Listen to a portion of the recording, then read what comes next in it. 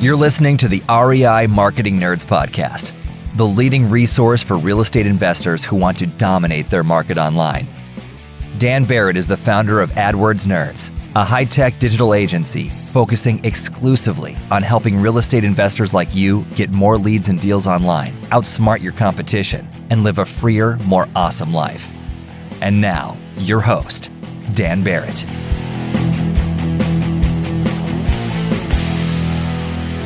All right, what's up, everybody? This is the REI Marketing Nerds Podcast. And look, if you need more leads and deals online for your real estate investing business, you know where to go. AdWordsNerds.com. You can go talk to a member of our team, and we will help you put together an online marketing strategy for your market. All right, folks, this week I am talking to Kevin Bupp from KevinBupp.com. That's Kevin, Bupp.com, as well as SunriseCapitalInvestors.com. Now, Kevin is really fascinating guy, really fun to talk to, really interesting life story. But the thing that I was really excited about in this conversation is Kevin invests in things that I really don't know much of anything about, which is mobile home parks and parking lots.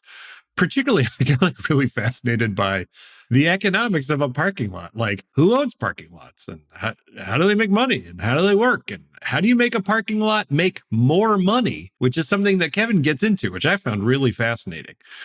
He's a really interesting guy. He's got so much to teach and so much to share. I highly recommend you go check out all his projects over at KevinBupp.com, and of course, check out what he does over at SunriseCapitalInvestors.com. But without any further ado, let's get into my interview with Kevin Bupp.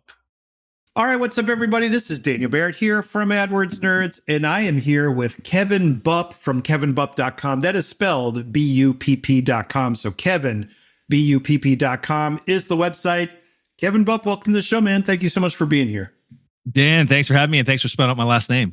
Do people not do that enough? I can't tell you how many times I get junk mail with like Kevin Butt, right? B-U-T-T, spelled out. So, well, that's what you gotta sign up for things as Kevin Butt, and then that way like this is like to tangent. We'll both like my email is just my name at Gmail, and so I get emails for every Daniel Barrett on earth, and there's this Daniel Barrett out there who's a dentist, and I get all his dental X-rays like sent to my email. And this week, I know he's at a dental conference because he signed up for like a billion things. And I'm like, yeah, I'm not a dentist. So anyway, I feel your pain. All right. So besides not spelling your name correctly, for people who aren't familiar with you and what you do a lot of different stuff. So give people 30,000 foot overview of you and the businesses that you're running currently. Yeah, sure thing. So my primary focus and has always been is I'm a full-time real estate investor. I run a company called Sunrise Capital Investors. I'm one of two partners there. I'm 45 years old now. I started buying real estate when I was 20. I got into it when I was 19, bought my first investment when I was 20. It never really looked back. You know, I always joke and say I've never had a real job. I tended bar in the evenings while I went to school. Got into real estate during that same time frame, and then ultimately did the first couple of deals. And then, at that point in time, my living standards were a lot lower. Didn't have a lot of overhead. Wasn't married with kids, and so it didn't take a lot for me to say I'm going into this full time. Right? It just came at the right time in my life, and that's it. I mean, I started buying single family properties. Like a lot of folks, I had a mentor that I just followed his business model. I didn't try to reinvent the wheel. I did what he did, and that was single family and smaller multifamily properties.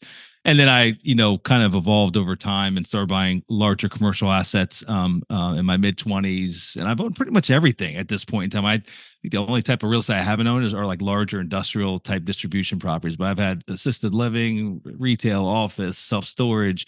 Today, fast forward to, I guess 2011 was the time that I got introduced to two asset classes, or one of the two asset classes that we invest in today. So mobile home parks, which is the predominant makeup of our portfolio and where we spend most of our time. And then we also own parking lots. So parking garages, parking lots in very strategic locations. But again, been doing it for quite some time. And Sunrise Capital was formed back in 2017.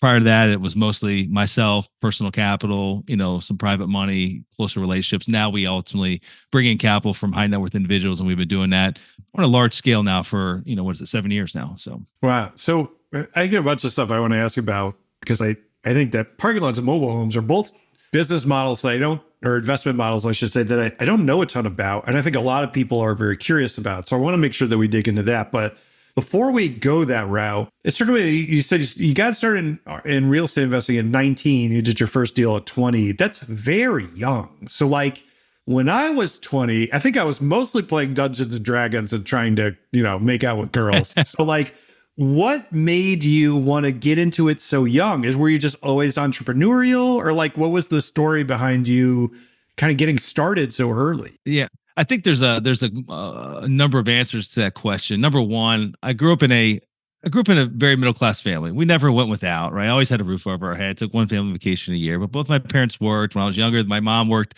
literally the third shift because we couldn't afford babysitters, so an adult had to be home with the kids. We made do. But like, it's all relative. You don't know what you don't know, because that's what you're surrounded by, right? But as I got older, I realized that you start going to school, junior high and in high school, with kids that come from different economic backgrounds. Parents make a little bit more money. They have just different experiences. Again, and when you're young today, material things aren't nearly as important to me as probably what they were at a young age. You want the best BMX bike, you want the RC cars, whatever, right. Genesis and Sega and all those things that were coming out back when I was at that age. And I just said from a young age, I wanted certain things. I knew my parents didn't have money to buy. And so like when I was 12 years old, I had to be 12 to get a paper out. I mean, I could not wait to get a paper. And I literally, I remember I wrote like almost like I don't know what you want to call it, just a story to I forget what his name was, like the regional director of like, ran the paper routes in like the different counties I was in. And I basically like wrote him a story about what this is going to look like. This paper route's going to look like once I take it over. The kid was going to college. He had it for like 6 years. And I literally fought for that paper route for like a year. I stayed in front of him because I wanted to make money. Wow. So as soon as I got that paper route, that was it. I shoveled snow in the wintertime. I mowed grass, back when this is back in the day when my parents say, Kevin, get the gas can, ride your bike up, right? And then they let you push and mow around. The mowers that didn't have automatic shut off, so I wanted to cut toes off. And now that's child abuse if you make a 12 or 13-year-old mow of grass, right? But I did anything to make money. So I don't know if that's entrepreneur or not. I just wanted to make money because I wanted to have my own money so I could go buy the things that I wanted. And as time went on, I started turning that more into like a business. Like I started installing car stereos and amplifiers. I had an older brother. He had friends, and that was a cool thing back then. You had car stereos, and amplifiers and speakers in your car, loud stereos. My dad taught me. My dad was in electronics. He taught me how to do the basic wiring of like a head unit in a car and an amplifier. And so literally in our garage, I would install car stereos when I was like 14 years old, in my brother's friends' cars, and make money doing that. And so anyway, I just always wanted to make money. But the one thing I didn't really enjoy is I didn't enjoy school. I just, for whatever it was, I didn't have an interest. Maybe I didn't have the best teachers that really like got my attention. Also, as I've gotten older, I come to find that I learn in a different way. Like if you told me to, my comprehension, if I just go read a book and have to go write an essay on or a summary of what I just read, I have a very challenging time with that. I just do. And that wasn't really identified back then. If I watch something or do it once, actually physically do it, completely different, right? My comprehension is like through the roof. And so anyway, long story short, I struggled in school. And so I was looking for something and I didn't know what it was. I was going to school, going through the motions, not having fun with that either, just taking classes for the sake of taking classes. I thought that's what I was supposed to do. And so when this came along, when I met a girl, started dating her, and it was her mom's boyfriend who became my mentor. I met him at their house, and I found out what he did. I found out what he did. He drove a really nice car. He was around like during the weekdays sometimes. Like I'd go over there and visit my girlfriend between classes, and like he just happened to be around. I'm like, what are you doing? Like, you're old. You're supposed to be like working. What are you doing? You're supposed to be at a job. And he had a flexibility and just a candor to him that was just it was something I never experienced. He was a really nice guy, and so I just got to know him. I befriended him, and that was the beginning of it. He introduced me to the real estate. He brought me to a seminar that he had already paid for in Philadelphia. I attended with him, not knowing what to expect. And from that point forward, I mean, I worked for him for like a year for free just so I could be around him. He was a solopreneur, but he struggled with technology. So I helped him there with PowerPoint presentations. I would go pick up coffee. I'd go to Home Depot, go to Lowe's, pick up leases, drop off leases. I'd do whatever he needed. And then ultimately that got me around it. And then fast forward a year, I bought my first property, and that was the start of it. So, wow, man, that is a wild story. Yeah. So I always like to say real estate found me. I didn't find it. It found me, but it found me at a very opportunistic time in my life where I didn't know what the heck I wanted to do. I wanted to do something and I was anxious to do something, but I really had no direction at that point. I was really into self-help and I would, Zig Ziglar, I was listening to all that crap. And I'm like, Yeah. how do I put this to use? Like, what is it? Where can I apply these things I'm learning and this excitement that I have? And then real estate came along. Wow, man. I was going to say, it's the power of, I remember, it's sort of like that whole story, the thing that stuck out to me. I mean, aside the fact that the story is awesome, it's like, I also remember when like the kid down the street got the Sega Genesis and I was like, I really want a Sega Genesis, but I didn't do anything about it. I was like, well, that's it. You know what I mean? Like, it was where it ended. So I think it's really cool that you like you said, it's the through line of that story is like, there were opportunities there really for anyone and you pursued them, right? Like the boyfriend was there and you kind of pursued it, right? The paper route was there and you pursued it. And that really strikes me as like very, very uncommon in a kid that age. It was pretty cool. Yeah. No, it was fun to make money. I enjoyed being able to have my own things and buy those again, whatever it might be. To me, it was bicycles and RC cars and skateboards and that kind of stuff, right? the finer things in life. That's what the finer things. That's it. I bought my first car when I was 14. Like that's actually another part. As you're talking through this, I bought. That's probably what I learned. There was a period of time. I sold a four-wheeler I had. I bought my money, and then I bought this car because I really wanted. My dad used to let me drive his truck around the parking lot when they would go walk the dog at the high school. So they'd let me drive around the car, and so he kind of taught me how to drive at a young age. I bought this car. And I flipped. He helped me work on it, and we flipped it. And we made money on it. Like I sold it in like 8 months. I intended to keep it until I was ready to drive, but that was actually the start of actually realizing how to buy something at a low price. Increase the value of it and actually flip it for a profit. And so that became the start of like selling, buying and selling cars, and it turned into houses and other things like that. But never a formal business like I have today. But anyway. It's not the same structure, right? You buy a thing, you add value, and then you sell it for more than you bought it for. That's right. So that's a good fast forward to Sunrise Capital. So the website, people want to go check this out, sunrisecapitalinvestors.com. I have that correct? That's correct. Sunrisecapitalinvestors.com. So you can go check that out. And you guys mentioned you do mobile homes, you do parking lots. So let's dig into this a little bit. Pretend I'm an investor, because there are a lot of residential investors listening to the show who are reared on the traditional REI model of fix and flip, whatever it is, right? Residential. What is and I know you're not here to pitch everybody, but like, let's say I'm saying, okay, Kevin, I'm very skeptical about mobile homes and parking lots. Pitch me on why are these good investments? Like what makes them different from residential? Why did you decide to focus on these over all the other types of real estate that are out there? Yeah, no, that's a great question. I will say that I've owned pretty much and I still do today. I own self-storage, some assisted living. So I just like to stay in my lane. I like to figure out what I'm really good at and to stick to the lane. So it's not saying that I believe that these two asset classes truly are like some of the best, but there's plenty of there's other good investment vehicles. So I'm not here to say one's better than the other. Sure. And so you're backing up a little bit. When I was doing the single family stuff, I ended up in my early 20s, I ended up building up a portfolio of about 144 to be exact, rental properties, single family rental properties. And I'll tell you that, Dan, I wasn't married, didn't have kids. I was just hustling. It was fun to hustle and kind of, build this business. But damn, I put in so much work and energy to build that 140 unit single family home portfolio, years and just endless hours. And so 2008 occurred, lots of challenges with that portfolio down here in Florida. That's where I owned everything at that point in time. And it put me into a period of reset. And while I was accumulating those homes, I also ended up investing in a number of apartment buildings, which was it was almost like a side business. They were brought to me. I had some equity. I put it in with some partners.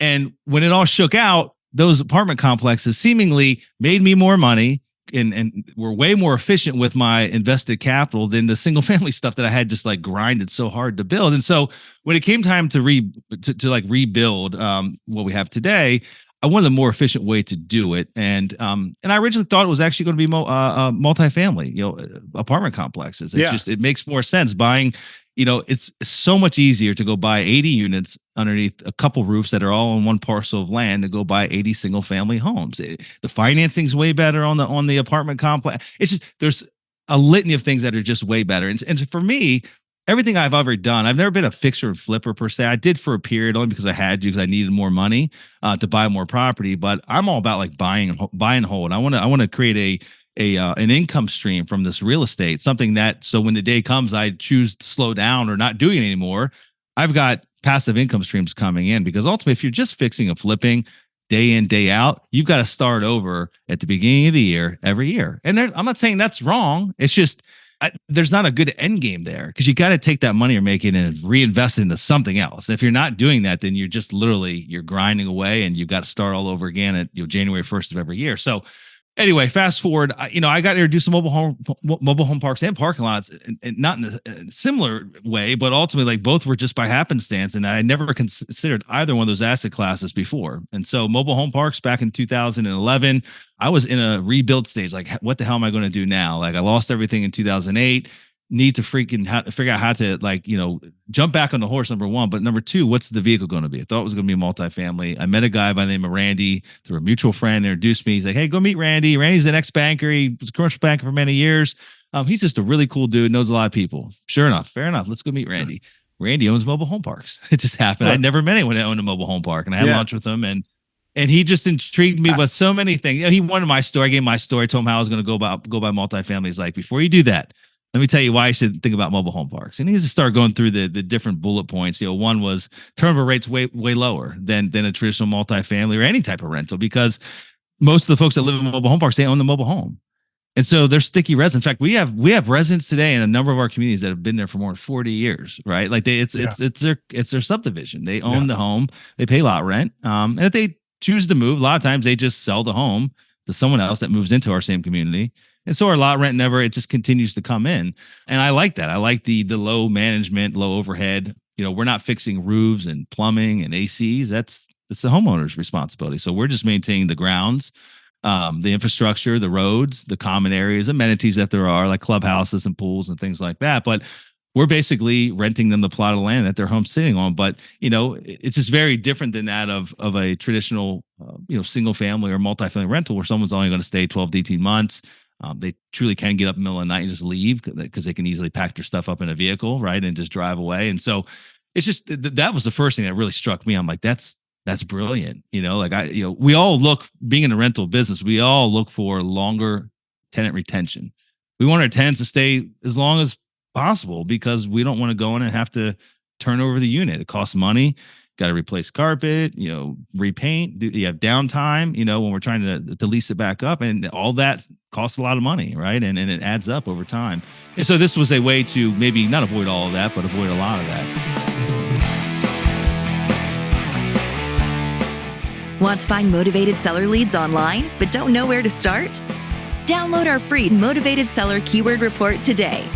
AdWords nerds have spent over $5 million this year researching the most profitable keywords for finding motivated seller leads. And you can grab these exact keywords when you download our report at www.adwordsnerds.com/keywords.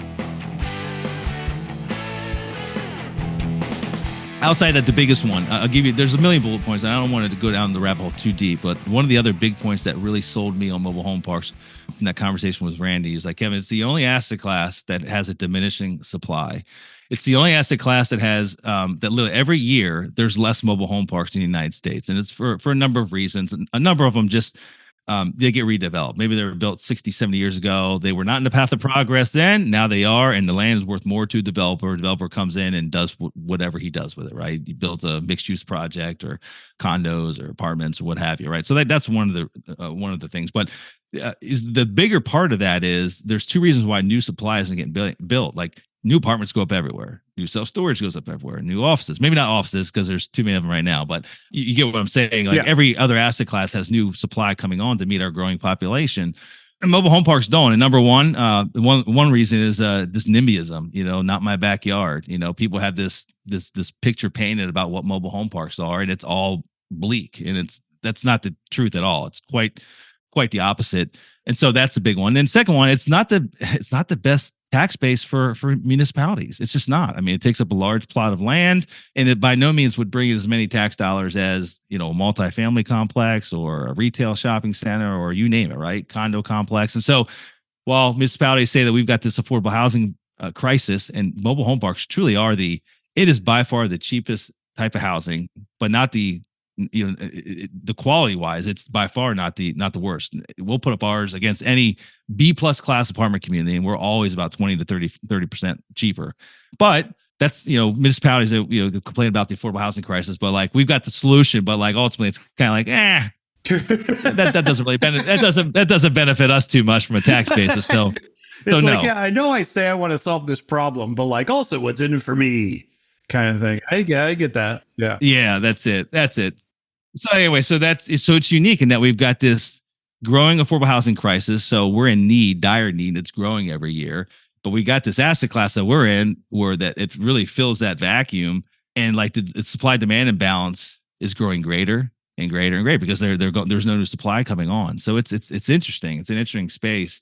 And just the evolution of the last 10 years has been like a night and day difference from when we started buying them, as far as even just the quality of the new stuff that gets built. We bring new homes in our communities. They're built almost to the same standards. I mean, I would say almost. They're basically built to the same standards as a stick-built home. They're just built in a factory. I mean, the finishes and everything are all very much the same. And it's a really quality product for a fairly low price. So anyway, I mean, it really is. It's interesting to me because like you said, the housing crisis is this kind of big topic of conversation. And yet we have this weird cultural stigma around mobile home parks. Whereas, like you said, like I've been in a couple mobile home parks, like in the last, 10 years. And I remember even for myself going in there kind of being like, ugh, and then going in there and being like, oh, these all just feel like houses to me. Like, I don't know what I imagined, but just felt like a community where people live, right? I mean, it just was not, whatever that stigma was still there for me. So it's interesting that you kind of bring that up because it really is like you say, a very affordable way to build housing and to house people and to give people a lot more options, but we kind of don't opt to do it because whatever reason. Well, here's the thing I like to, to help people paint the picture in their mind. So like you can go to any city in the United States. Where are you based out of, Dan? I'm in West Hartford, Connecticut. Okay. You could pick there. So you guys have apartment complexes. You got single family subdivisions. You got mobile home parks. So let's start with the multifamily apartment complexes.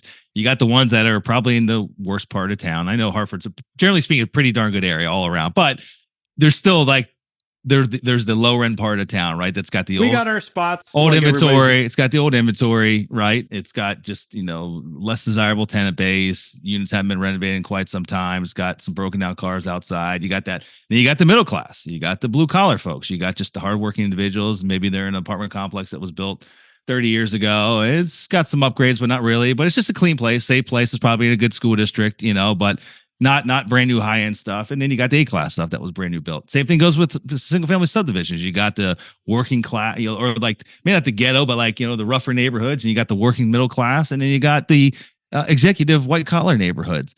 The same thing really exists with mobile home parks. You got the ones that are like drug, sex, and rock and roll, what everyone pictures, just I wouldn't go in there even during the day. You got that. But most of what you have is predominantly it's the middle class stuff, just the hardworking folks that want to send their kids to good schools. Like that's a big check the box item for us. It's got to be in a good school district. So they want to send their kids to good schools, but they're managers at Walmart, or they're working in the service industry or working in the hospitality space, right? They don't make a ton of money, but they still want to be in a good neighborhood, and this is an option for them. Or you got some like really high end stuff, like down here in Florida or in Arizona. Very much lifestyle communities. I mean, these are communities that have retirees in them.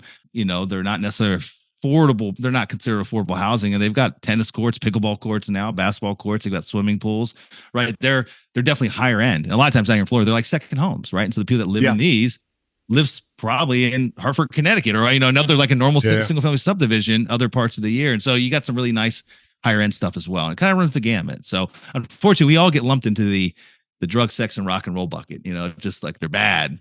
They're going to bring crime to our area. They're going to bring the wrong element. And that's just not the case.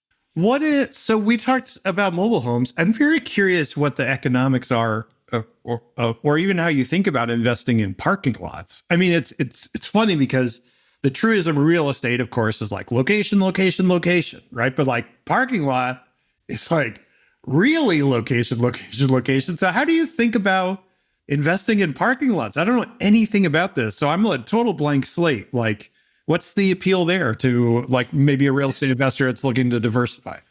Again, it's all about location. Is you're right, absolutely, hands down, more important even than the mobile home parks, right? Like location is absolutely, it's critical everywhere, but like with a parking lot, you've absolutely got to be in the right location that has the right unique set of demand drivers and the right proportionate share of demand drivers. And so, but backing up a little bit, we started researching the parking space, and again, it's kind of one of those things where like we all know that somebody owns the parking lot or parking garage. Right. A lot of them are owned by municipalities, right? But then there's another portion that are owned either by local business. Maybe they own the office tower and they happen to own the garage, or then you just got these other random garages or lots that have like the random attendants out, and they're like, someone owns that, but I'd never considered or really thought deep enough about it as a business. And as we dug deeper, we realized that, outside the municipalities and big institutional groups that might own like, parking assets in like New York City and San Francisco, and things like that, a lot of the rest were just mom and pops. A lot of folks that had owned things for 20, 30, 40 years, like especially the surface parking lots, just like those,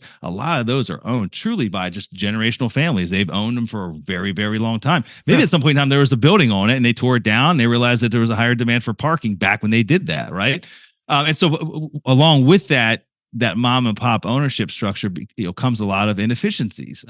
Technology has come quite a long ways in the last 20, 30 years everywhere, including in the parking sector, just, parking management, being able to actually adjust pricing in a dynamic manner based on, busy times of days to slow times of days to events, special events on the weekends and the evenings, this, that, and the other. And so we found a lot of these older run, assets don't have good parking systems in place. They've still got a tenant out there collecting cash, which you and I both know probably 80% of that cash doesn't make it, or 20% doesn't make it back into the pockets of the owners, right?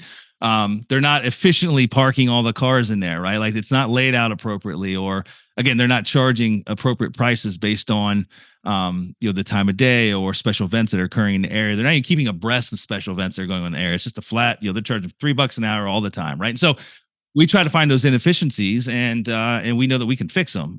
On top of that, one of the other key aspects of what we look for. So like we don't own as much parking as we do mobile home parks. And the reason being is that a lot of parking, especially in like urban core areas, downtown areas, a lot of parking supply was built to support office, right? Office buildings, and folks that are actually working out of office buildings. And so I have no interest in office. I have no interest in being, an equity owner of office at this point in time. A small sliver maybe, but like generally speaking, if the main driver of that parking is office, then it pretty much nixes it out right away. And so that almost removes a lot of potential investments, because a lot of them were purposely built for, the needs of office goers, right? And so, but the other big demand drivers that we look for, like government buildings, courthouses, sports arenas are huge, right? Being like in close proximity to sports arenas, a true nightlife, not just a daytime work life, but also a nightlife as well. Like it's truly a 24/7 city where there's something going on all the time. We want that. You got retail traffic as well. And then, if it's got a small sliver of office demand, we're fine with that. But like we want all the other primary ones to be the ones I just mentioned there. And that's hard to find. And so we just recently bought a parking garage in downtown Phoenix. It happens to be literally a stone's throw from the Maricopa County Courthouse. Literally right across the street. It's the second largest courthouse in the country. It's literally shares the same block with some amazing retail establishments. It's got really trendy hotels that just went in that ultimately have overflow parking in our garage. It's got the Footprint Center where the Phoenix Suns play 3 blocks away. Chase Field is 2 blocks away where the Arizona Diamondbacks play. It literally supports all of that in different capacities. And so that's like the idea. If I had to like give the exact example of like what we like about it. And in that instance, we bought it from an owner that just that didn't manage pricing accordingly. We literally went in, and they hadn't adjusted pricing for like 8 years. We literally went in and just adjusted the transient rates, which makes up about 75% of the revenue. Literally adjusted it. What was it, like 8%, 8 or 9%. and literally didn't see any type of drop off whatsoever, literally. And that was like in the first month. And now like we've got a different schedule. We charge higher rates for, Arizona Diamondbacks went to the World Series this year. They were there. They weren't even charging like flat rates for that. We were getting upwards by the, depending on early Parkers got $50, then it goes to 60, and then it gets to 70, right? For those that are like straggling in. And so but all those adjustments are due to technology, truly being able to stay abreast and keep our finger on the pulse. So there's just a lot of inefficiencies in that space. And we like to find those inefficiencies and use technology to even things out and add value. Well, so anyway, I'll stop talking now because I just rambled there for quite some time. That was great. It's so funny. You mentioned like back in the beginning when you were first getting into parking lots, it's like you never really thought about it. And one of my favorite things about doing this podcast, and it happens all the time, is like someone tells me something and I'm like, I literally never thought of that. I never thought about the parking lot as a business and somebody owns this business. It just never occurred to me. So it's like, adds this layer of detail onto reality now that I can now think about, which is like so cool to me. So for people who are interested in either learning more about this, I know this is something you guys do at Sunrise Capital Investors, which again, everybody can check out at sunrisecapitalinvestors.com. Who is like the right person to work with you there? Like, who are you guys looking for clients for that business? Yes. So for that business, it's mostly folks that understand the asset classes, that understand the merits of the different asset classes that we invest in. But ultimately, they don't want to do the work, right? Like they've got the capital. They like to invest the capital into one or both of these sectors, but they don't want to be the nitty gritty. They don't want to go find the deals. They don't want to operate the day to day. It's just that's not their forte. They make their money somewhere else, or most of them are just high net worth business owners or professionals. And they want to invest in the space and kind of ride along and reap all the benefits, but ultimately get their hands dirty. So like that's the ideal partner for us, of who we work with. Outside of that, I mean, for folks that go over there, like we've got some other pretty cool resources. If you're someone that's listening and you want to learn a little bit more about like just kind of the parking lot investment space and a deeper dive, more granular dive into why we like it. There's way more than what we'll be able to cover on the show, but we've got like a couple free reports on the website. One's called like Parking Lot Profits. You can download that. It's a 20-page ebook or something like that. Kind of just dives directly into parking and again, all the reasons why we love it. And even how to go about like what to do. Like, what do we look for? Like, what are the, what's an opportunity to us? What's not? How do we capitalize on that opportunity and so forth? But yeah, I think I answered your original question. I went on a little bit. Yeah, no, that's perfect. So that's at sunrisecapitalinvestors.com. Now, your kind of personal website is kevinbupp.com, which again, kevinbupp.com. And for people who are curious, like what are they going to find there when they go check out that site? Yeah, so it's more, again, it's just that it's a personal website. It's got a little more of my backstory. I host my podcast on there as well. I've been running a podcast for a little over 10 years now. And so I host all the episodes up there. You can also copy my free book. You get the physical copy of it as well. So I wrote a book about 2 years ago on commercial real estate investing. I also go into detail on the parking and mobile home parks, amongst a few other asset classes that I really like on the commercial space. There, they can grab a free copy of that book. You got to pay shipping and handling. I think it's like $6 or something like that. But there's a link on there to get a copy of the free book. Or you can go to Amazon and pay $20 for it. But either way, you can get a copy there. But that's mostly it. It's just my backstory, my podcast, and also the book on there. And I'm sure, I think there's a link there as well. It'll probably get you back over to Sunrise Capital. Because that's who I am. My brand really is, it's one and the same. Sunrise Capital is the company, but that's what I live and breathe on a daily basis.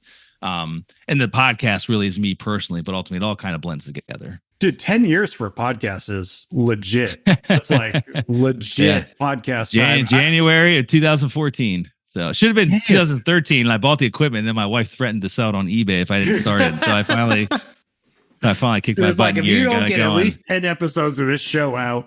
I love that. That's awesome, man. Okay, so again, people can go check that out. kevinbupp.com and as well, sunrisecapitalinvestors.com, where you can go to learn more about investing in parking lots, mobile home parks, all sorts of cool stuff with Kevin and his partner. Kevin, thank you so much, man. This was a total blast. I learned a ton about something I don't think anyone's ever talked about parking lots on this show. So that was fascinating. Thank you so much for sharing your expertise, dude. That was great. Oh, no, I had a lot of fun, Dan. Thanks for having me. It's always fun to come on. You do a great job too. So keep up the good work. Thanks, man. All right, that's going to do it for this episode of the REI Marketing Nerds podcast. As always, please do leave us a like or a review wherever you get this podcast. We read everyone. They really do make a difference in helping other people find the podcast, and we really, truly appreciate it. From everyone here at AdWordsNerds.com, we appreciate you. I will talk to you next week. Cheers.